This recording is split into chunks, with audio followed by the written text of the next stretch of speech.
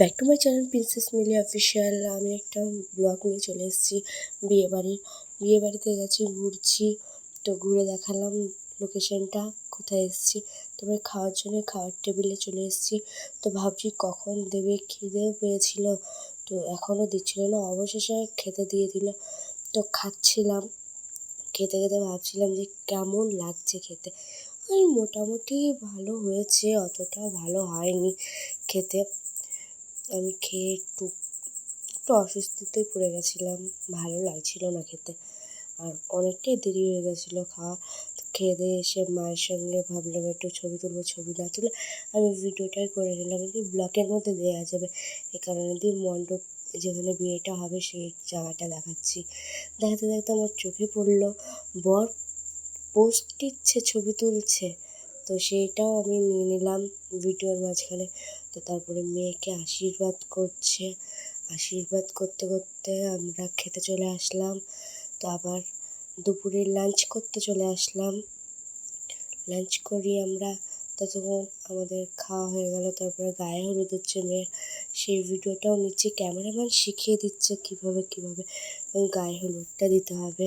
তো এইভাবে গায়ে হলুদ দিতে দিতে আমার মা একটু আমার আরেকটা পিসিকে গায়ে হলুদ দিয়ে দিচ্ছিলো। ওরা একটু হলুদ খেলে নিচ্ছিল, যেরকম টিভির মধ্যে হয় ওরকম করছিল। আর আমি ভাবছিলাম আমার কবে হবে বিয়ে, আমার আর হবে নাই মনে হয় বিয়ে এবার, এরকমই ভাবছিলাম। আর ক্যামেরার সামনে একটু পোজ দিয়ে দিচ্ছিলাম।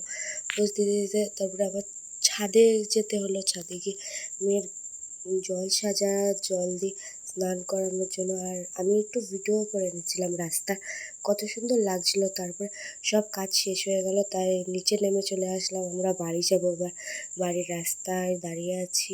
তো হেঁটে হেঁটেই বাড়ি যাব। তো হেঁটে হেঁটে যাওয়ার সময় একটা চকলেট কিনে নিয়ে চকলেট খেতে খেতে যাচ্ছি বাড়িতে। তো তারপরে বলছি যে পরে আমি ভিডিওটা বানাবো, ভিডিওটাও বলছি বাড়ি গিয়ে। সেজেগুজে আমি আবার চলে আসলাম ব্লগটায় দেখাতে কেমন লাগছে আমাকে। আমি সেরকমই বলছি। আমি টুকটুকিতে উঠে পড়েছি। এবার আমরা যাব বিয়েবাড়িতে। বিয়েবাড়িতে যেতে যেতে আমার দিদির সাজা হয়নি, তো আমার দিদি তো টুকটুকিতে সাজছে। আমার মা লাইট ধরেছে। আমি আমার মাকে বললাম কি আমার দিকে একটু লাইটটা মারো, আমি দেখি আমাকে কেমন লাগছে, এরকম বলতে বলতে দিয়ে আমরা চলে আসলাম সেখানে। আমার মা আমার দিকে তাকিয়ে আছে, আমি একটু চোখটা নাড়িয়ে নিলাম, দিয়ে নেমে পড়লাম টুকটুকি থেকে। নেমে উঠে যাচ্ছি, বিয়েবাড়ির রওনা দিয়েছিলাম। উঠে গিয়ে দেখছি সব কিছু সাজানো হয়ে গেছে, চেয়ার পাতা হয়ে গেছে। তারপরে একটু দেখতে দেখতে আমি মেয়ের কনের ঘরে গেলাম। কনের ঘরে গিয়ে একটু ছবি তুললাম, ভিডিও করে নিলাম। তারপর পকোড়াও খেয়ে নিলাম। তো বিয়েবাড়ি গেছি, পকোড়া খাবো না এর কোনো মানে নেই। তারপরে বিয়ে শুরু হয়ে গেল।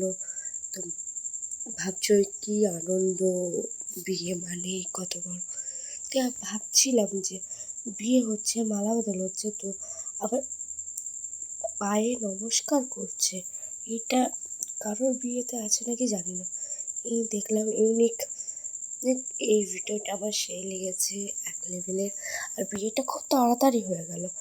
তো আমার বয়সটা এরকম লাগছে, ঠান্ডা লেগেছে, আমি বলতেই ভুলে গেছি। তো আবার খাওয়া দাওয়া, বিয়ে শেষ করে খাওয়া দাওয়া করতে চলে আসলাম।